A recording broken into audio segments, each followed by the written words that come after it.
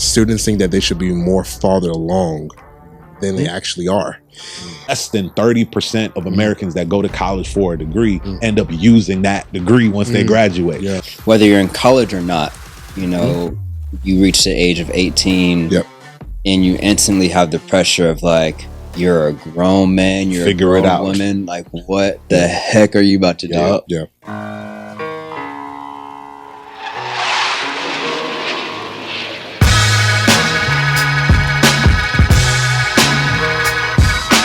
What's up, y'all? Appreciate y'all locking back in with us.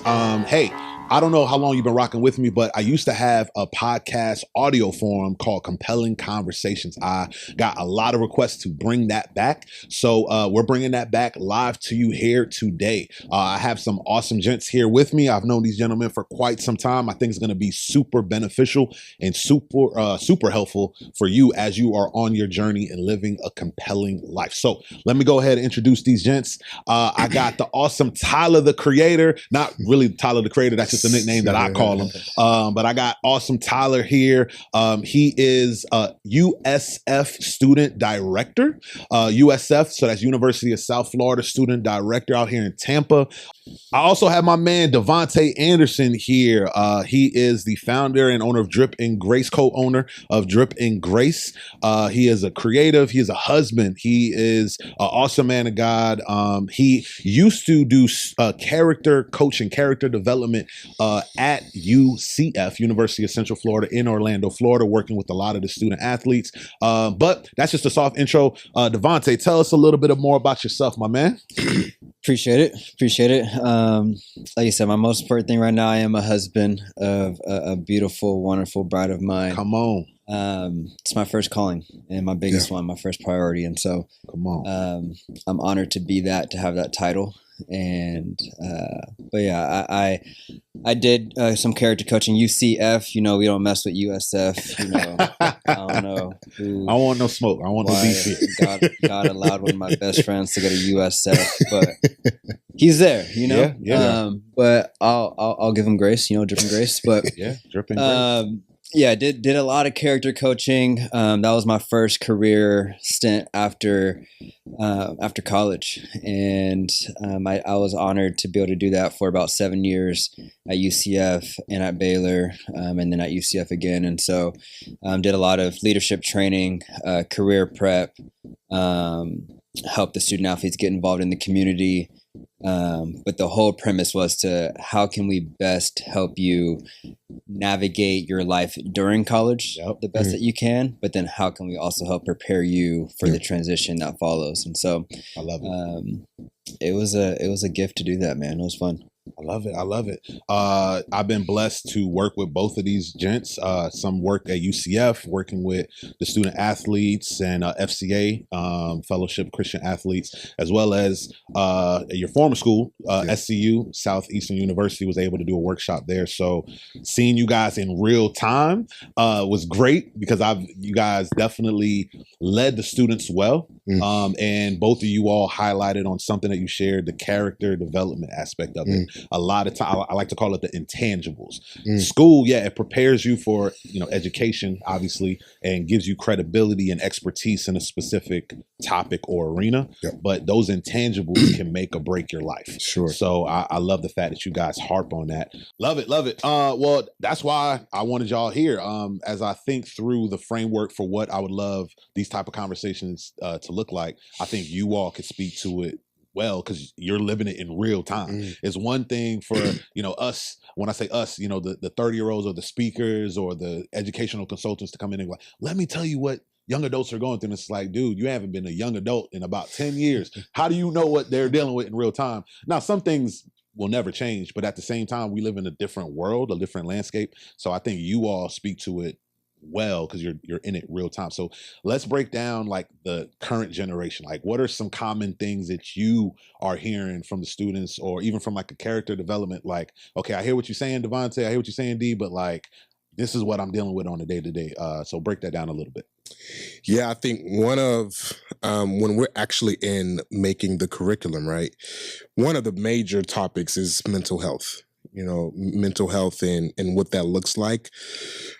But to go more in the in-depth, what I'm hearing and what I'm sensing is students think that they should be more farther along than they actually are.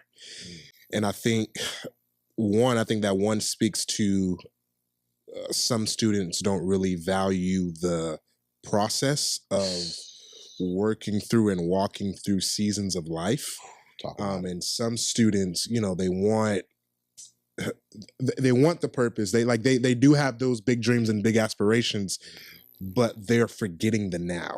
Talk about it. You know what I mean? Like they're forgetting where I'm at now. They are forgetting classes and classes and friends, and just even, I would even say it like this, the mundanity of college. Yeah. Of just the routine of college, and I think mental health is one of the largest subjects, but I think going below that mental health surface is more so a level, I think, of discontent.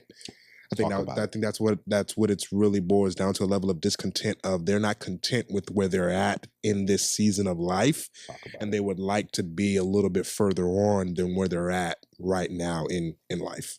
That's real. So yeah, that's real. What about you, D? Can you repeat the question?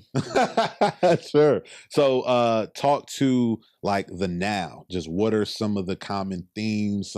What are some of the common feelings, emotions that college students, young adults are dealing with, or they approach you about?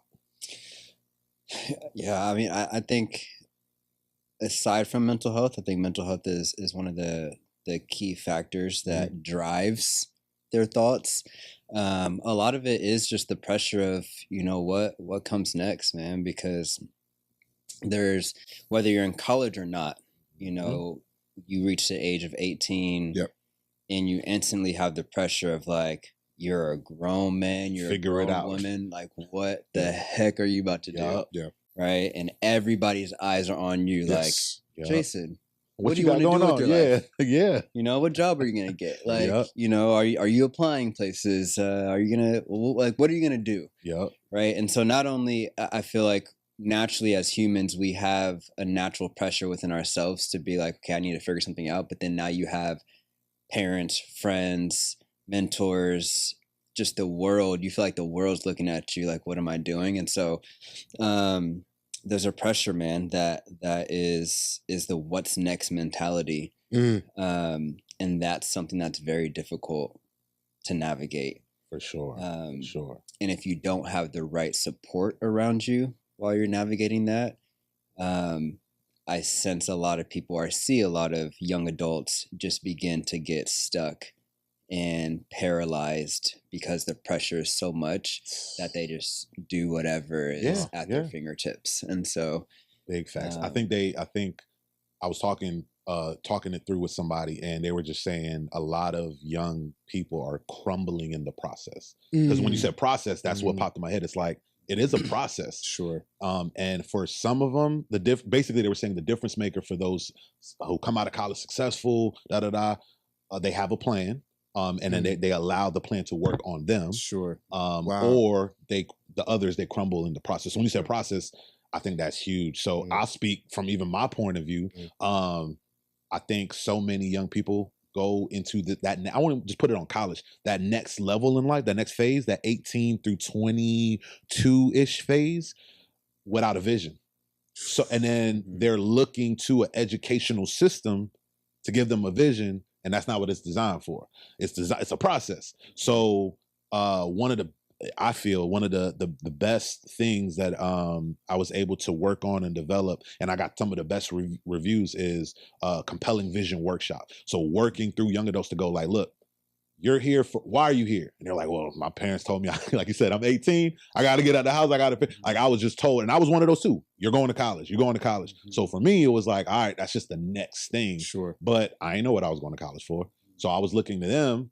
Okay, well, what should I go to college for? Looking at the list. Okay, they have the salaries next to it. Okay, they make 60 grand a year, 70 grand a year. This was back when 60, 70 grand a year was something. Now it's like, all right, you need to be 100, 125. Minimum, but it's like, all right, I'm looking, I'm not even paying attention to the major. I'm literally looking at the salary range. I'm like, okay, that could be pretty decent. And then I look, oh, is that major? It's about 4 or 5 years. All right, cool. And then I grab hold of a vision just because of whatever Mhm. and not allowing the process to work on me. Wow. And then it wasn't until I matured and got older and the process started to work on me.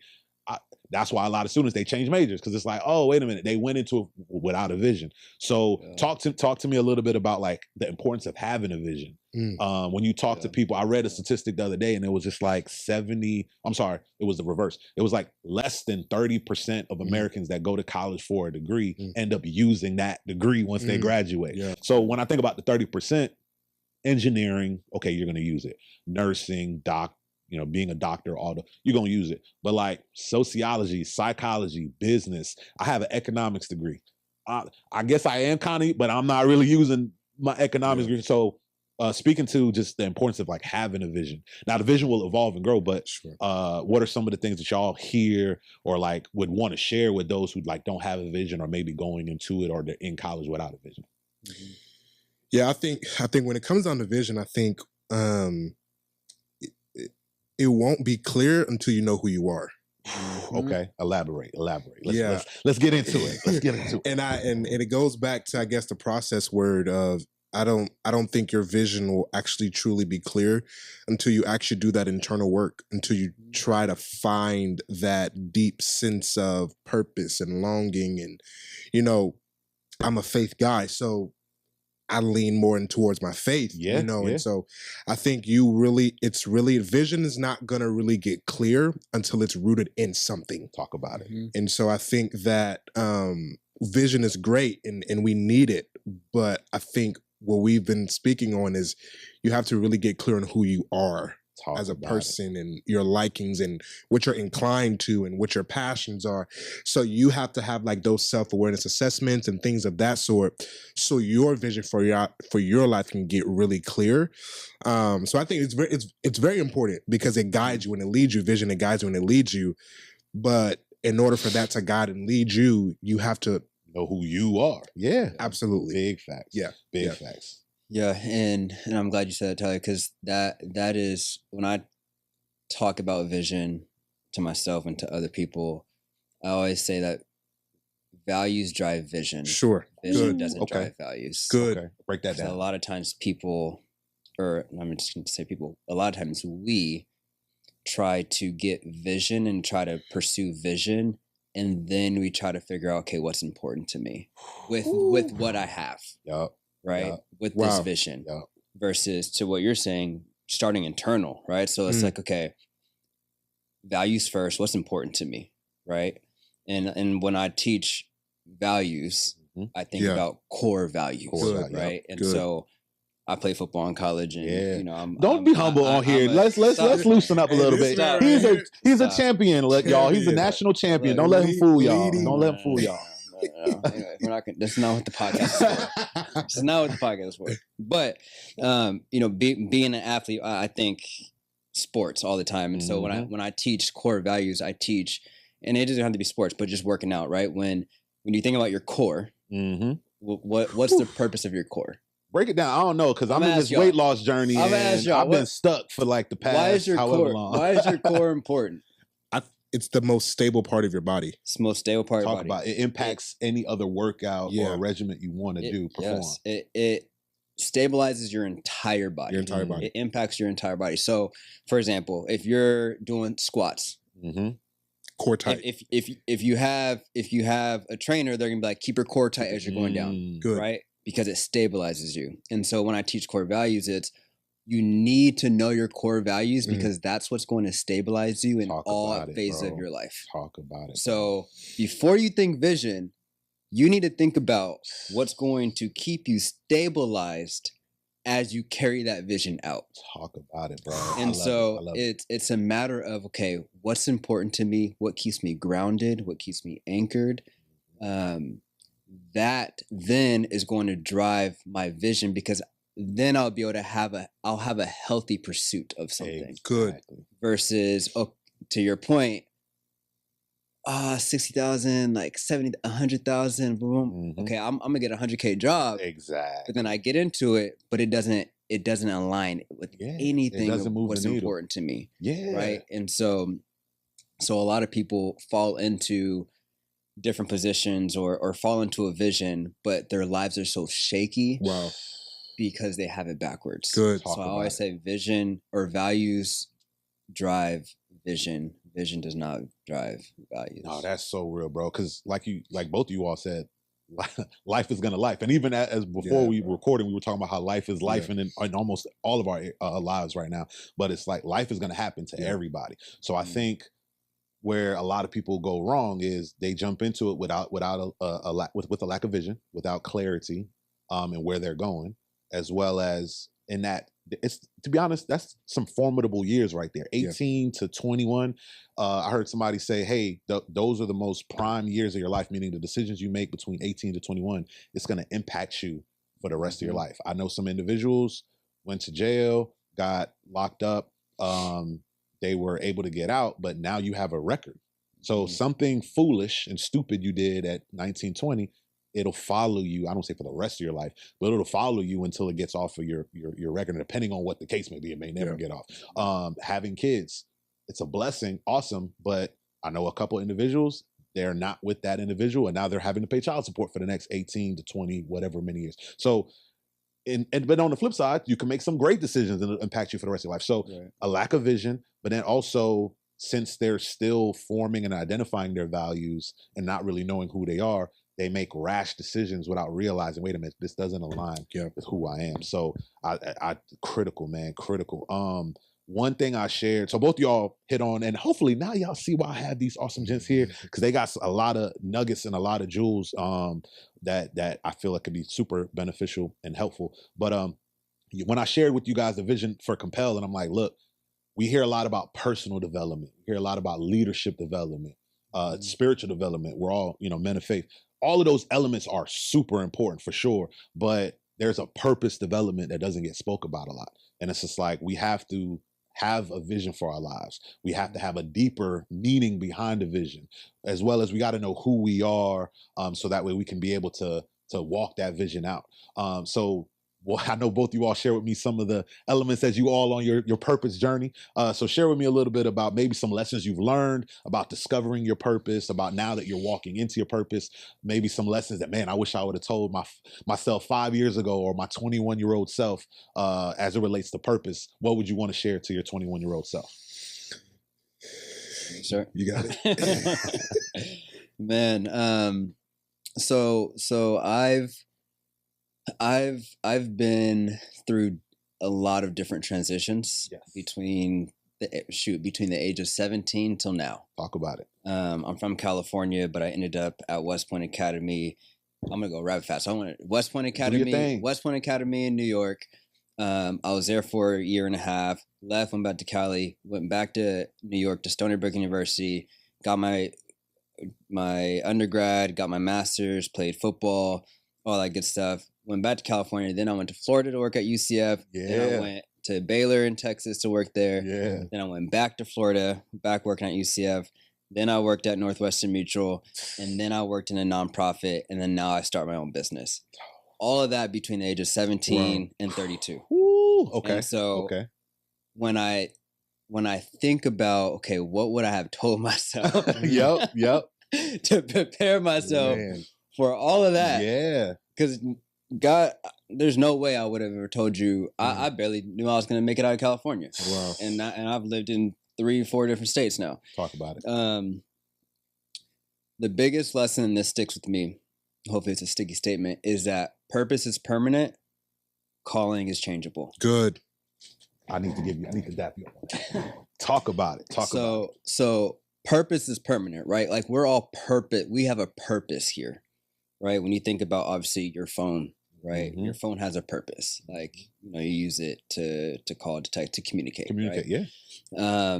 We all have so thinking about, okay, what is, again, to what Tyler's saying, what, like doing the internal work of what am I purpose? No matter what I'm doing, what has God purposed me to do? Other than, and we can, from the spiritual aspect, we're purposed to love God and love others, obviously.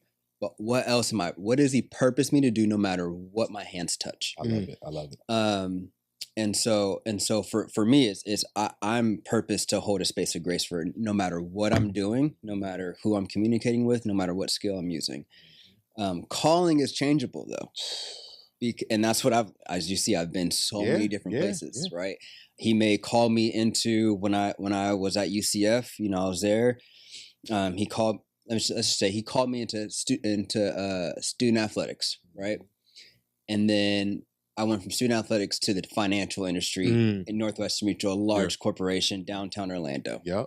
Right? Completely different field. I remember you calling me like, bruh, I don't know what I'm doing here, but I feel called to be I'm here. You said that, I'm looking at downtown Orlando right now, high-rise building. I'm like, where's the stadium at? Like, where are people wearing cleats? Like, but my purpose was the same. Even though my calling was different, my title was different, my location was different, my purpose remained the same. Like, I'm still going to hold a safe space of grace for people to be who they want to be, right? I love it. And to see them grow. And so I wish I could have told myself that even at the age of 17, when I first left California to go across the country. It's like, Devontae, who you are and your values and your purpose will remain. But I'm going to call you to different things, to different locations, to different people. So don't get stuck and attached to a certain calling, to a certain location. Because there were times where I did switch callings and locations and I grieved so much because I'm like, I thought that I was going to be there for 5 years. Bro, those 2 words, I remember preaching one time and I said the 2 words that tripped so many people up is I thought. I thought it was going to look like this. I thought it was going to look like that. And one thing that I felt like God spoke to me along the same wavelength, I think somebody asked me that question. They were like, oh man, what would you tell your 21-year-old self? Or what would you tell your younger self? And I feel like in that moment, it was like, be married to the vision, but date the process. Good. Right. To what you said, your purpose is permanent. Like who you are, your passions, the things you feel purpose to do on this earth, your gifts, all this, that's permanent. But how you operate, what arena you operate in, the calling, that could change. Date that.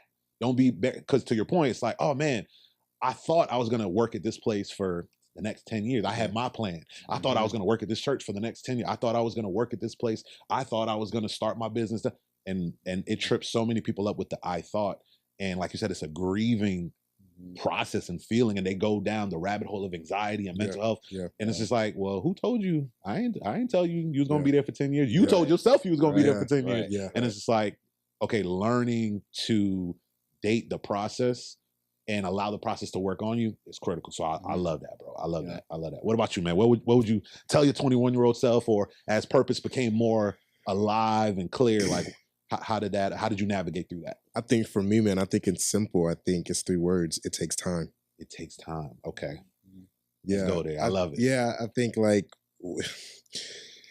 there's this, and I think we spoke about it. There's just this internal clock that many people are on, that it should, like, I thought it should look like this at this time or at this age. And I think that in order for purpose to actually be fulfilled, like in order for you to really truly walk into that God-given purpose, and there has to be deep process that happens. Like you have to undergo many different transitions and variations and people, and you have to go through so many different seasons of life that it makes it a conglomerate of your purpose. And so I think those 3 words for me, what I would tell my 21-year-old self is, it's going to take time.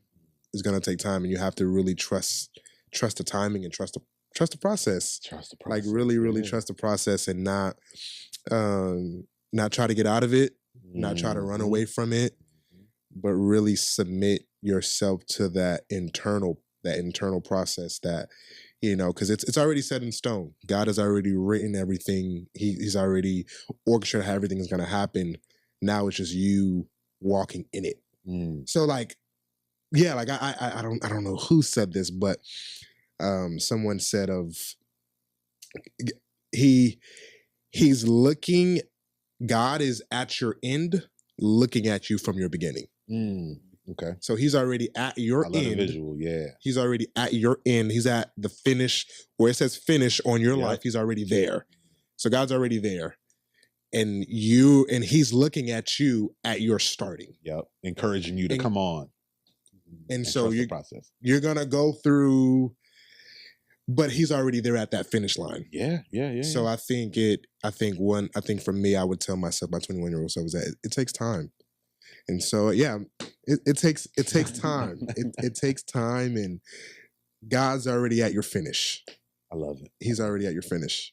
And we brought up God a few times because it's just who we are at our core. So I want to touch on that a little bit because it goes back to values and what you said. So whatever your values are, that's fine. We're not trying to impose our values on you, but you need to know what your values are. And I think for so many people, going back to making wrong decisions or not trusting the process, without having a clear vision, as well as not knowing your values and your core beliefs and that what makes you who you are, without those, I don't want to call them intangibles because I feel like those are the most important things, but without those intangibles, you can go and that's why I look at so many different young, and it's like they're just being pulled to and fro, and they're just, I thought, and I think this would be a good idea, and social media says I should do this, and well, if I go online and Google the best, highest paying jobs, I should do this, and my parents are telling me to do this, and my friends are doing it, and it's like they're being pulled in so many, it's because they don't have a vision, and they don't have like those core values. So talk to me a little bit about hey, as you're growing and maturing, those core values being more solidified. Does that make sense? So I can speak through some experiences in my life where it's like, okay, I believe this, or I thought I believed this, but now that I'm being tested, it's like, oh, okay, do I really believe it or not? Does that make sense? I heard somebody say it's like, it's only a core value if you have to suffer for it. Good. It's only a core value if you have to struggle or sacrifice for it. If not, then it's like, do you really believe that? Do you really believe in what you say you believe? Or is it just something that it sounds good on paper to go, my core value is hard work and trust and ethics and ethical. Is it a core value because you can get paid 10 bands to do something unethical? And if you're tested and it's like, all right, I'm gonna do what I need to do to get these 10, then it's not of core value. So talk about how, as you're growing and evolving in that formidable time period, the importance of having values and being tested of those values. I can start with this one because I every time I teach about core values, I tell people that it's okay if they change. Ooh, okay. I like it. I like it.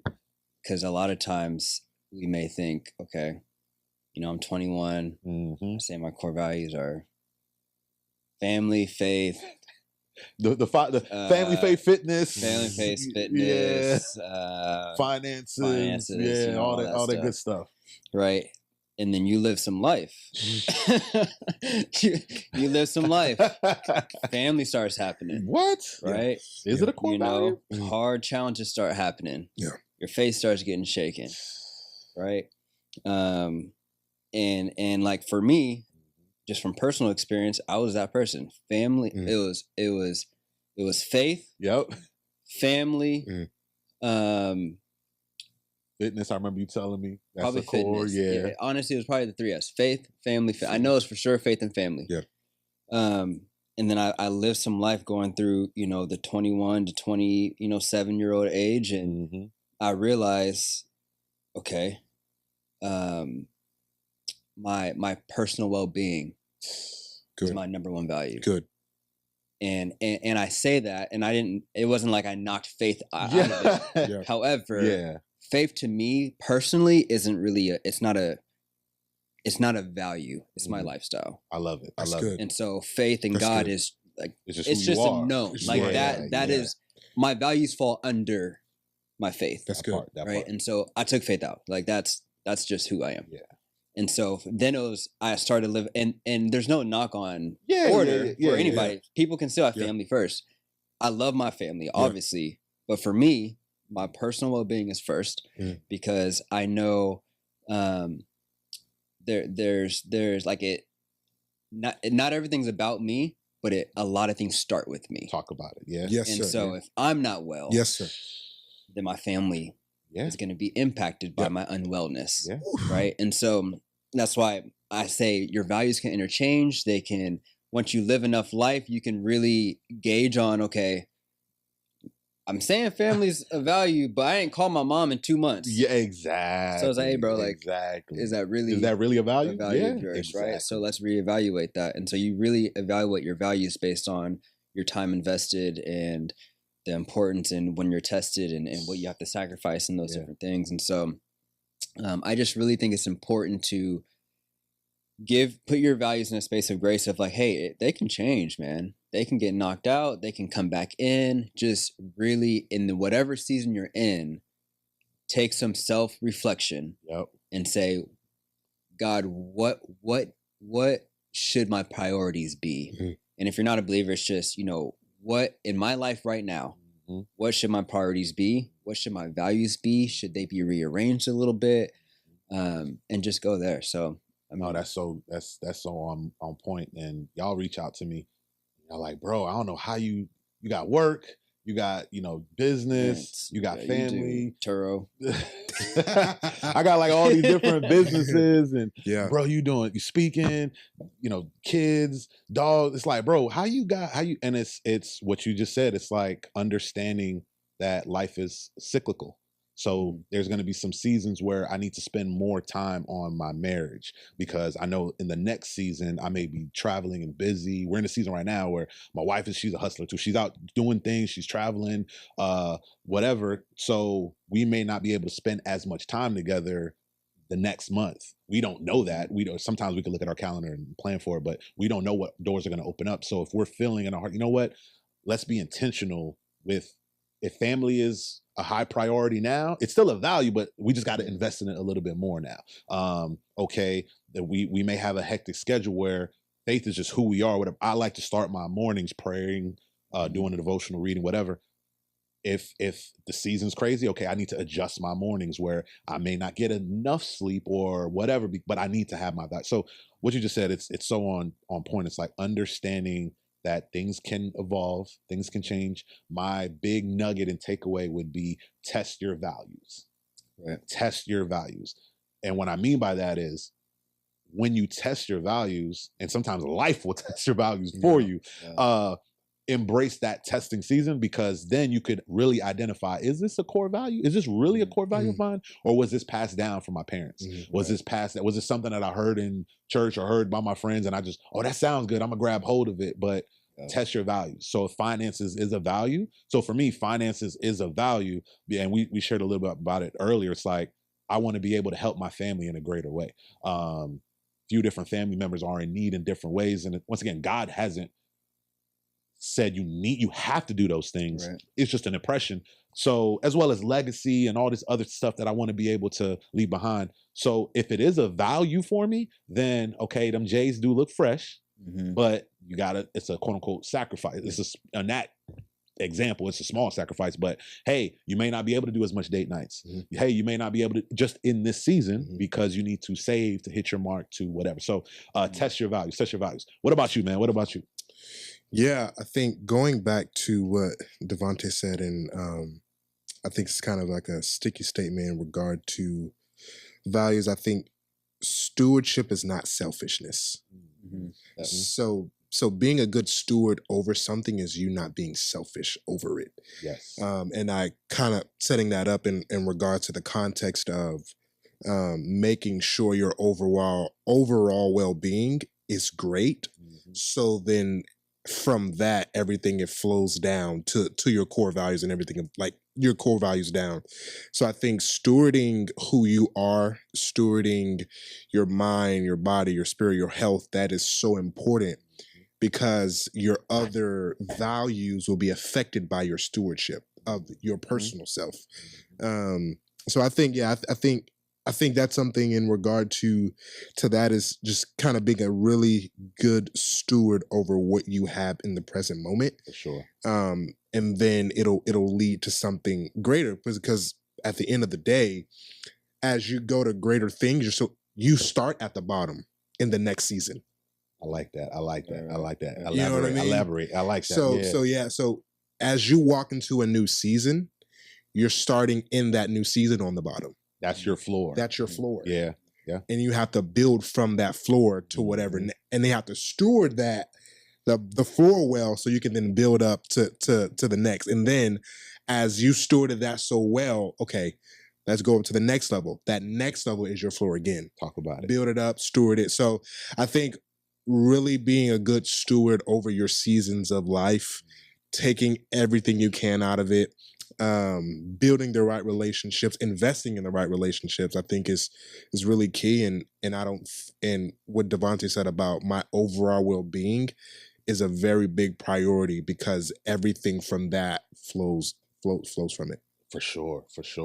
So one thing you said, I want to kind of pivot the conversation next. And I love, so if y'all are following, we're really taking things from a holistic approach. Sure. So it's like, all right, why are we going to school? Well, what's your vision? Okay, well, you'll be able to get clear in your vision with your purpose and who you are. So when I speak with people, it's like, all right, well, hey, what are you going to school for? Oh, I'm gonna be a nurse. All right, well, why? You love people? What about being a nurse excites you? That bread. It's like, bro, hold on, bring it back. Or help me understand, sis. And it's like, okay, yeah, nursing or in the medical field, okay, they do get higher weight, but like break that down a little bit deeper. Like, why do you want to? So I brag about my wife all the time. I remember when I first met her, she always knew she was going to be a nurse. She gives me a hard time. She's like, "Hey, your vision changed. My vision's still the same."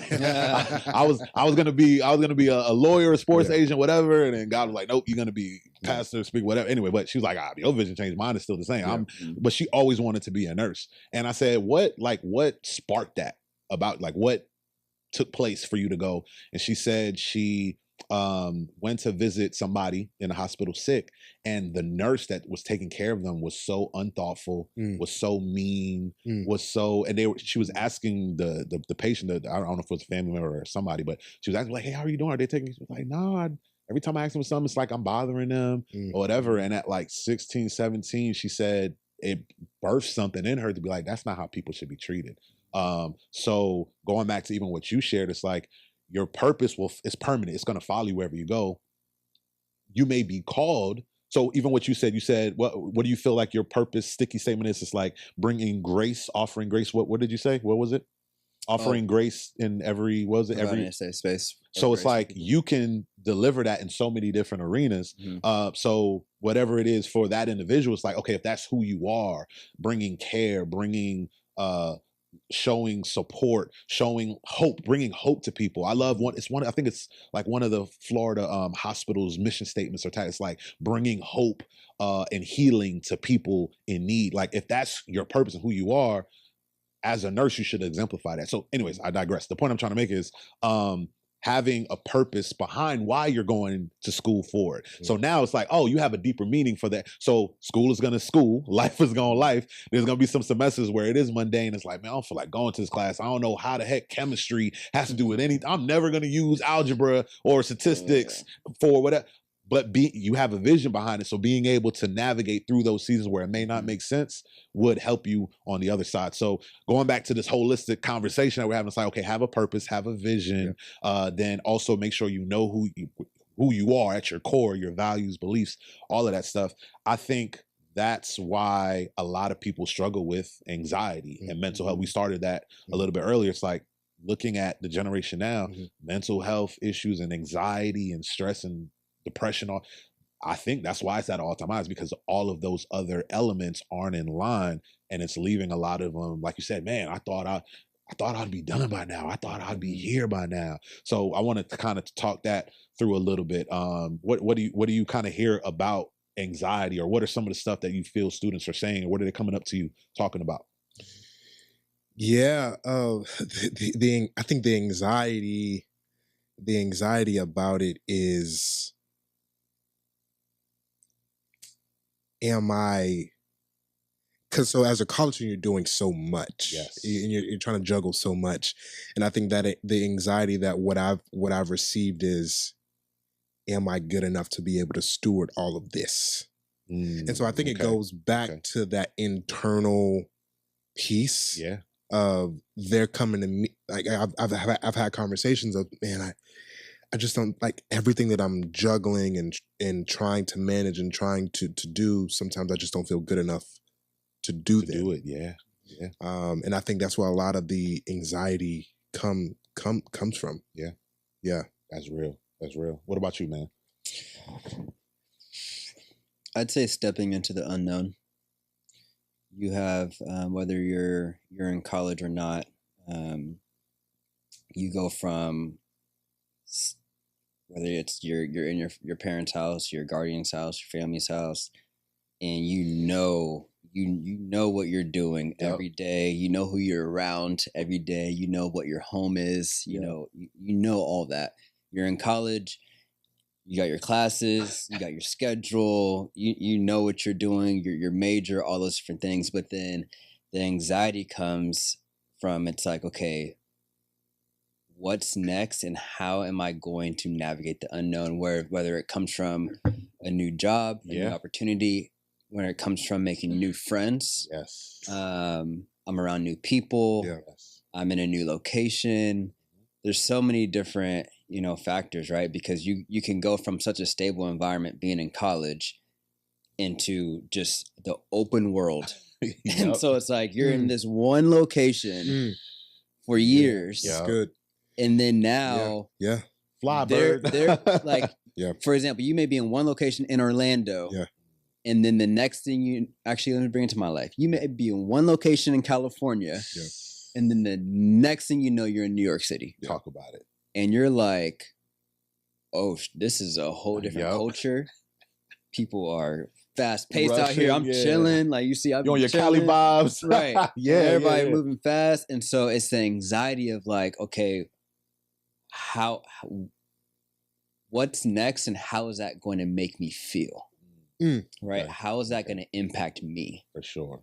Because I'm used to this. Yeah. I'm used to where I'm at versus now I'm going to have to learn how to get used to something else. And so I think the anxiety comes with trying to anticipate the what's next.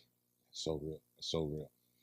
Both of y'all said something that I feel is critical and pivotal as well, is maximizing and we use the word seasons a lot, but it could be semester, could be years, first year, second, but maximizing every season and getting the most out of it. Yeah. So when I hear maximizing, I think of like a wet towel or wet sponge and just like squeezing everything out of it. So I think back on my college experience and it was just like, looking back on those seasons, or I'm like, man, I didn't maximize that opportunity. Look, it's easier to look back and go, oh man, I could have did this and I could have did that and I could have did this differently, or man, I would have never known that this professor or this person was a great leader in that aspect, and I sat under their feet, but I was too busy bored with the topic that I was just listening to the lecture and not really grasping and taking the full benefits of it. Another thing that I bring up too is in my second, third year,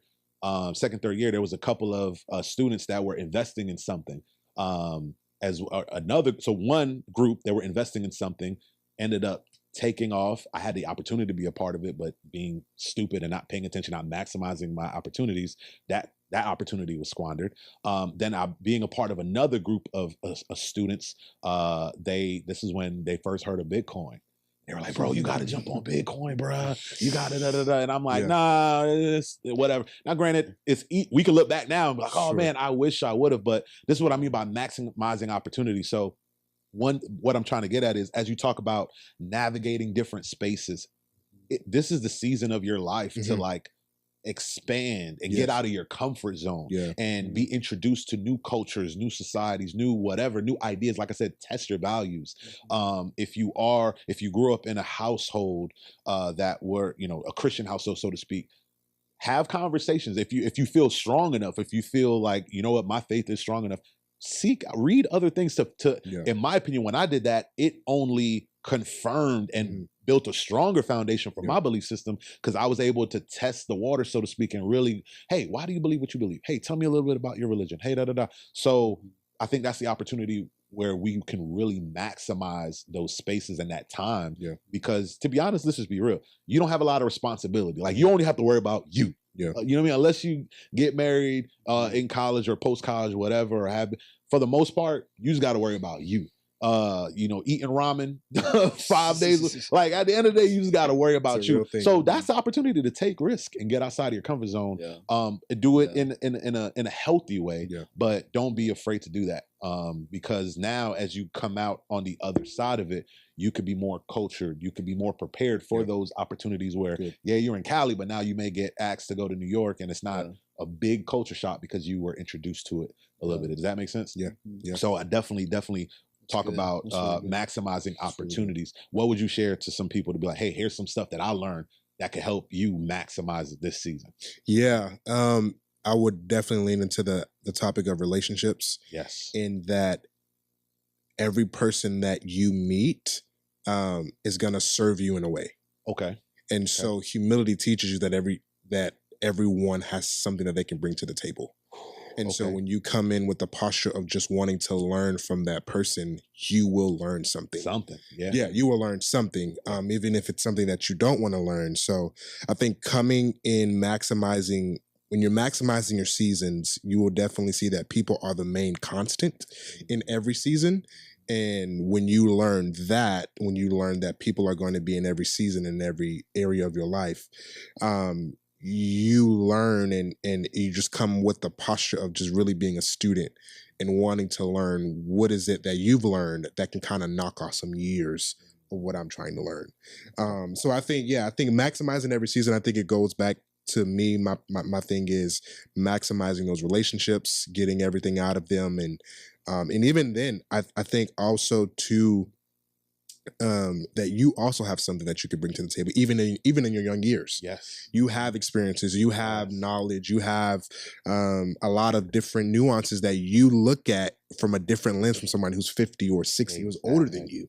And so I think your youthfulness serves a purpose. For sure. So youthfulness definitely serves a purpose.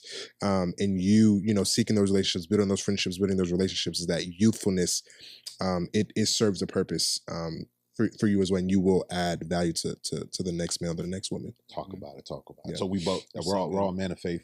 Be sober minded. That's what popped in my head. Yeah. It's like sober minded isn't just don't drink. Yeah. Sober minded is viewing yourself in the right way. That's good. So you may be quote unquote young. Yeah.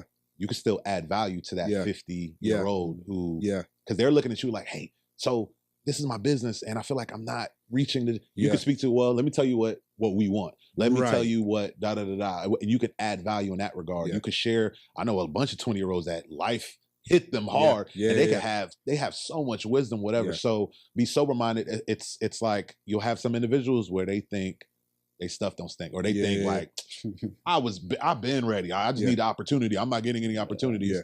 Be sober-minded, but then on the flip side, I can't add any value. Nothing can come from me. Be sober-minded in the sense of no, you can add value and live in that middle, live in that medium. I thought you were gonna say something. Oh, you're good. I think coming back to the maximizing your season one, what are you maximizing? Okay. Right. And I think that's the first question you have to ask yourself is, where am I at? What people are around me? Who am I called to serve? That part. Who's serving me? That part. What giftings do I have? What opportunities do I have? Because that's a whole nother thing of you may have a gift, but you may not have the opportunity. Good. And so we'll get into that next. For you to, anyways, okay. You in the right. So we didn't rehearse this. We didn't. I have like a list of stuff that. So that was literally where I was going next. Make sure you bring that back. I got you. But just like what am I maximizing in this season, right? And so one thing that I do seasonally is ask myself, what are my instructions this season? What do I feel called to in this season? Personally, relationally, community wise, spiritually, all those different things. From a spiritual standpoint, really what I'm asking myself is, what is God telling me in this season? That part. Right? Make it practical. Make it very, yeah. So making that prayer, and I put that in my notes. Yep. So I have it in my notes. Okay, these are my seasonal instructions. That part. And then now let me maximize that. That part. Because a lot of times we'll try, anything will come and we'll grab onto it and we're like, oh, I gotta get the most out of this. Yeah. It's like, no, that's for next season, right? Like that's for next year. Yeah. Like, you don't need to worry about that. And then now that you're worrying about that, you're not worried about what you're doing right now. And so be very clear on what are you called to now in this season. I love that. Because you're like ringing, something out, like not only what am I maximizing in the season, but what about today? Yeah. Right. How much do I ring that? Like, do I just do it 2 times today? Right. Cause this is what I'm graced for today. Yeah. Right. And then the next day I can pick it back up. Right. Because that's how a lot of people get burnt out, is that they go too hard every single day, where it's like, hey bro, you needed to be at 60% that day versus 150 because now you have nothing left on Tuesday and it's only Monday. It's only Tuesday. It's good. So anyways. Oh, that's fire. That's fire. Sorry to put a pin in there, since we're on the educational tip, right? Yeah. There was so much practicality in what you just shared that I want to continue to harp upon, of note takers are move makers. And so Devontae writes in his notes. Oh yeah, everything. Yeah. So I'll be careful what I tell him, because I'll have a conversation and I'll see him. I'm like, bro, don't say that. Now go ahead. So, but no, I wanted to put a point right there for just the space of take notes, write everything down, because it's gonna be a point in your life where you want to remember something. You're going so fast and you don't even remember. But no, I remember I took a note, I executed on something, or I got something and got a download. I received something, and you took a note on it. You noted it. And so to add to just that practicality point right there, is that note takers are move makers. So just that part. Just take notes. Take notes. That part. No, writing it down is critical, because like you said, we're emotional creatures. So something will hit and we'll feel it. And if we don't write it down to reflect on it later on, something may hit later on, or we may get introduced to an opportunity and we'll go gung-ho on that new opportunity. It's like, oh yeah, this is a God opened up a door. And it's like, wait, hold on. Like you said, that was for next season. Or I'm just showing you what it looks like. Like I love your example of like, God is at the finish line and he's like, no, don't get caught up with that shortcut. Go this way. And we just get so caught up with whatever it is. And it's just like, no, focus on what you got to do right now. So that is so on point. So I'll share this last topic or question, and then we'll wrap it up, because I want to respect everybody's time. But so on that same wavelength, something that I shared, and it was actually a previous compelling thought. So if you haven't watched it, go ahead and watch it. But it just spoke about this whole concept of gifts and purpose development and understanding your gifts and all of that stuff. And so I'm gonna bring it all together. So maximizing seasons, there's going to be a season of, okay, no opportunity. It's not necessarily you. That's just a season. You have to have that discernment to go, okay, this is just a season of preparation. So in those seasons of preparation, that's when you study. That's when you go all in, because there's going to be another season where you're in it. You're in harvest season. You don't have time to do other things. So in that season of studying, really going through purpose development and gifts, I was really going on like, okay, discovering purpose and discovering gifts and helping. And I felt like God spoke to me so heavily. Encourage people to not focus so much on the gift. So I broke down, your gift will make room for you and bring you before great men. And as I was reading, it would say, your gift will make room for you. Okay, great. Your gift will make room for you, all that.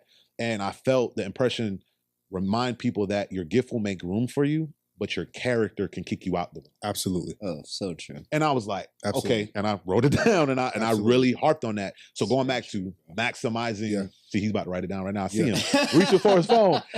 But no, like encourage people, hey, just because you don't have the opportunity to use your gift, maybe it's not your gift that's the issue, it's the character.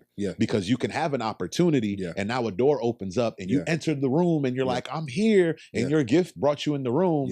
But then after a season, people are like, hey, what happened to, I thought you was, or what happened to that one job that you, man, they tripping, bruh. Or man, I thought, and it's like, no, your character wasn't aligned. Like you didn't know how to navigate and manage people and handle people. And those intangibles are critical. So when we say maximizing opportunities and maximizing season, maybe it is being intentional in preparing in your gift. Sure. Carving your gift and chiseling it and making it. That's what it could. You could have a season of that. But it's also maybe a season where you should work on your character. Yeah. You should work on who you are. So what are your thoughts on that? And how do you guys encourage to remind? Because I know how young people are. They're like, bro, I know what I'm called. Man. And they get, and I love the light bulb moment where they discover their purpose. And it's like, oh, bro, I'm ready to go now. And it's like, okay, slow down. I'm glad that you identified. But what are some things that you share with people to remind them like, yo, your character, if you don't want to get out the room, this is what you need to work on so your character can keep you in the room.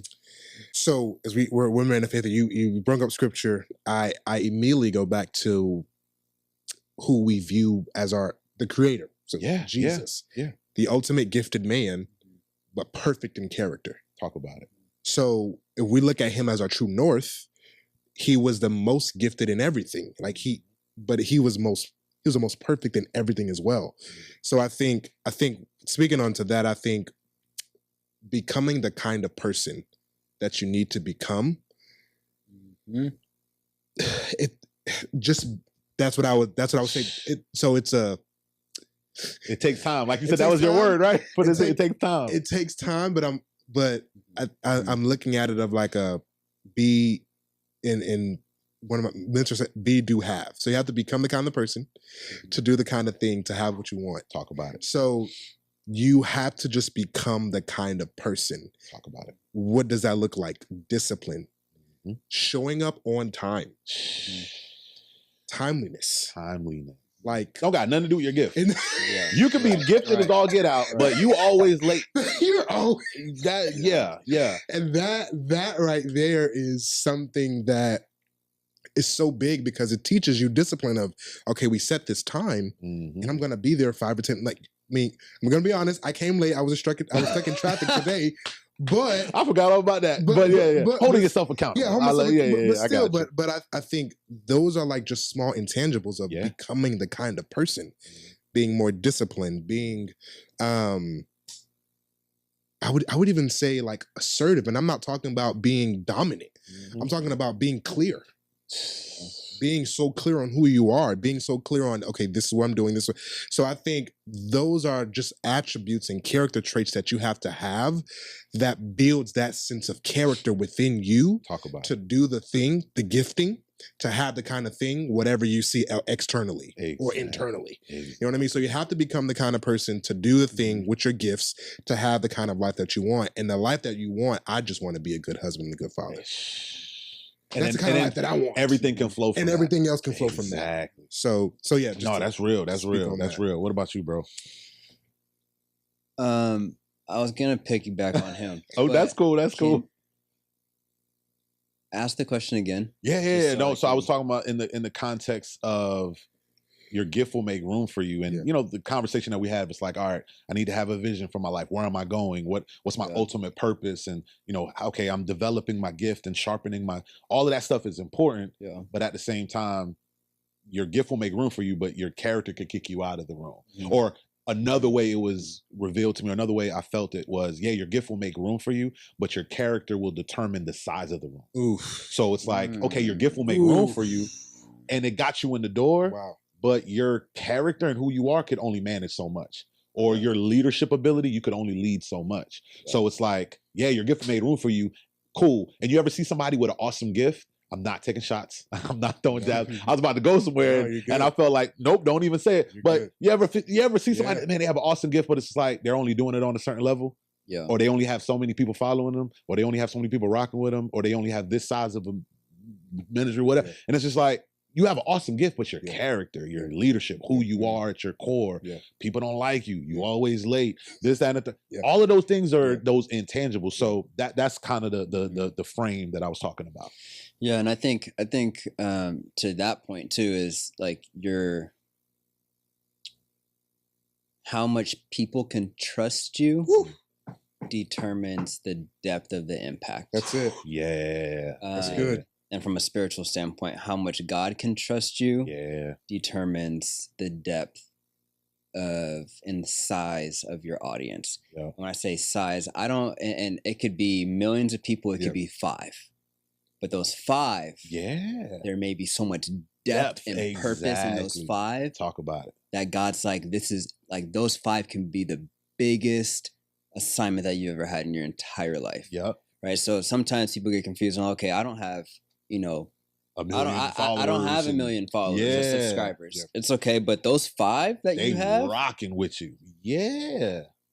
Those 5 lives that you're about to change, it's about to change millions. Talk about it. And so it's like, don't get it twisted on how big the door is. Like, but your character will determine the level of access and depth that you have with people. And opportunity. Yeah. But what happens is that it takes longer to become than it does to do. That's it. That's it. You know what I mean? Like, hey, listen, y'all are on it, boy. Y'all are on it. That's it. I can, and yes, I'm a photographer, but anybody could probably pick up that camera right now and go on YouTube and you do a tutorial and at least learn how to do it. They may not be great at it because it's not something that they truly are passionate about and have the eye for, but they can learn how to do it. Yeah, exactly. Probably in a couple weeks. Yeah. Right. But to become somebody, that takes one, that's a lifetime, decades. But 2, it's day after day after day, sacrifice after sacrifice, discipline after discipline, all those different, and that's what people don't want to do. Yeah. That's the work that people are. And so, but that's the main pursuit that we have to be on. Yeah, that part. Because to what Tyler's saying is like, you have to become the person that can do what God's calling you to do, or you have to become the person because we're all in people business. Yeah. No matter what, people, you're working with people all day, every day. You can't. You're selling to people. I love when people go.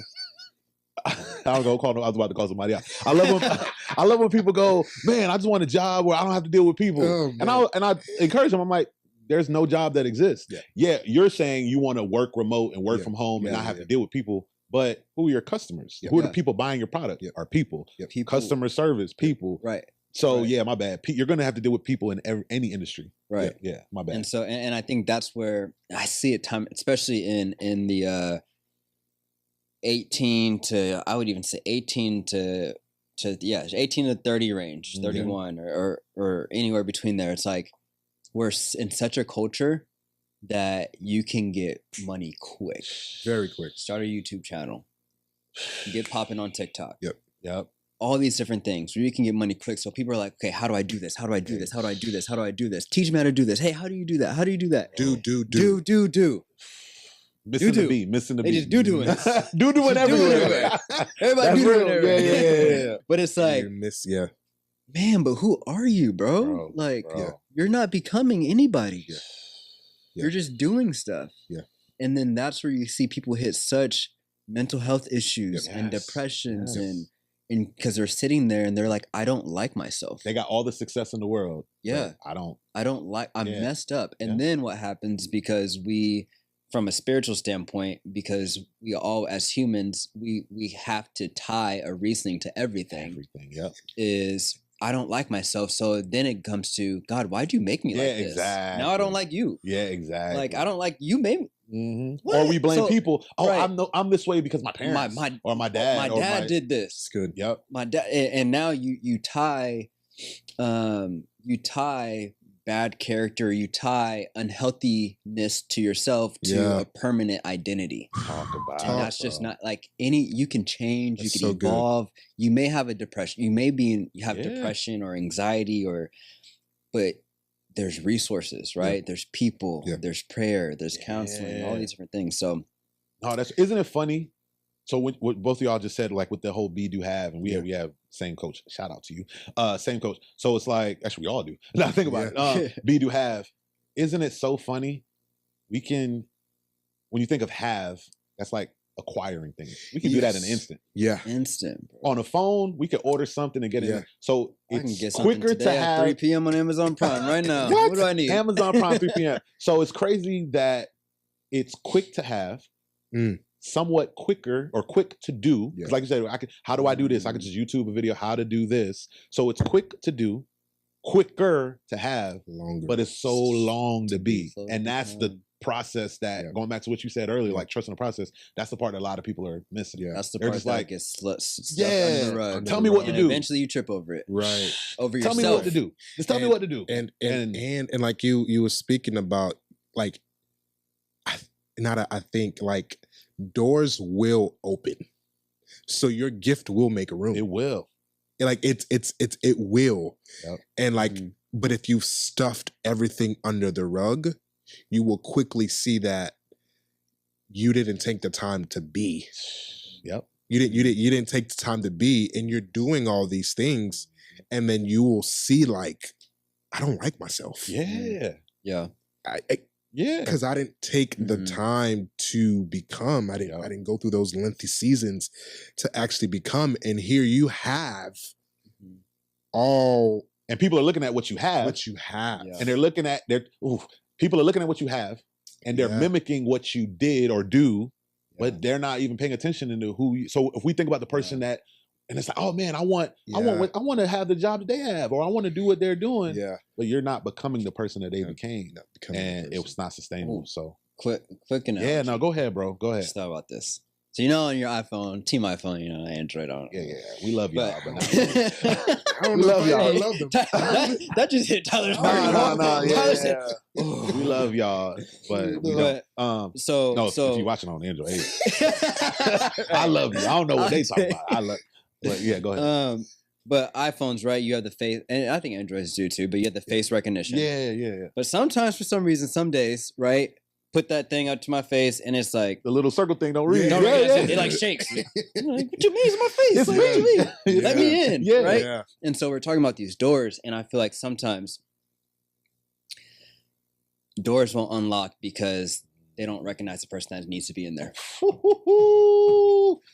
Hey, that's right? real. That's real. Like, yeah. there's some doors that just won't open because you haven't become the person that needs to be in that room. And so it's just like sometimes if I handed Tyler my phone, it won't open because he's not the person that has access to this phone. That's good. That's and real, so it's bro. like you have to continually become the person, and that's the preparation to unlock so that that door that you want open, when you get to it and you put your face on it, it's like, okay, that's who you need to be. And it's a seamless open. Seamless. It just opens. You don't even have to do you anything. don't You got to show up. You You got to just show have up. to You got to get close enough. That's so real, Close bro. enough. It's proximity and identity. Are you the person and are you there? Are you there, bro? Now y'all see why we here. I'm gonna go ahead and end it right there. That was fire, man. And these are conversations that we have all the time, and it's just like I felt, okay, you know what? We need to bring this to the people because there's a lot of valuable information that was shared that I feel it could literally change your life if you just applied it. Going back to maximizing, there's going to be seasons where you got to prepare. There's going to be seasons where you just got to be unknown, be behind the scenes, so to speak. Especially if you're in college, that's literally the quote unquote unknown season where you're just grinding, you're putting in the work. Your gift will make room for you. Education is the key, so to speak. It validates you. So you can go, hey, yep, I have the education to do this job. Great. Your gift is going to make room for you, all of that good stuff. But your character, having a vision for your life, all of that stuff, being married to your purpose and knowing who you are, but not, just date the process, how you go about it. The calling is just an assignment. That could be a 5-year assignment, 10-year assignment, could be a 5-month assignment. Just having all of those things in mind will literally change your life. Woo! All right. So I hope y'all found some valuable information. There was so much nuggets, so much jewels, so much gems that was dropped here. These gents are I call them high value men. Y'all have a lot of wisdom at such a young age. I feel like you personally took time to invest in those seasons, and you guys are on the other side of it, definitely reaping those rewards, reaping those benefits. So for you all, I just ask that you rock with us on this journey of living a compelling life. If you haven't done so already, join the tribe and subscribe. Tyler, if we wanted to get in touch with you, man, how can we do that? Yeah, on all social media platforms, Tyler A. Monesteem, Instagram, Twitter, YouTube, all that good stuff. Tyler A. Monesteem. Love it, love it. Devontae, what about you? Okay. You got like 5. No, I'm just joking. If you get in touch with me first, contact my wife. Oh yeah. No, I'm just kidding. Vanessa, we don't want no problems. We don't want no problems. No. So my wife and I's business name is Drip in Grace. So DRIP and then NIN Grace GRACE. That's across all platforms. Our website as well, www.dripandgrace.com. My own personal. Actually, you don't need you can go to dripandgrace.com and find me. That's it. Love it, love it, love it. So we're going to do a part 2 to this. So if you see us back on here, go ahead and jump on, and I'll see y'all next time. Peace.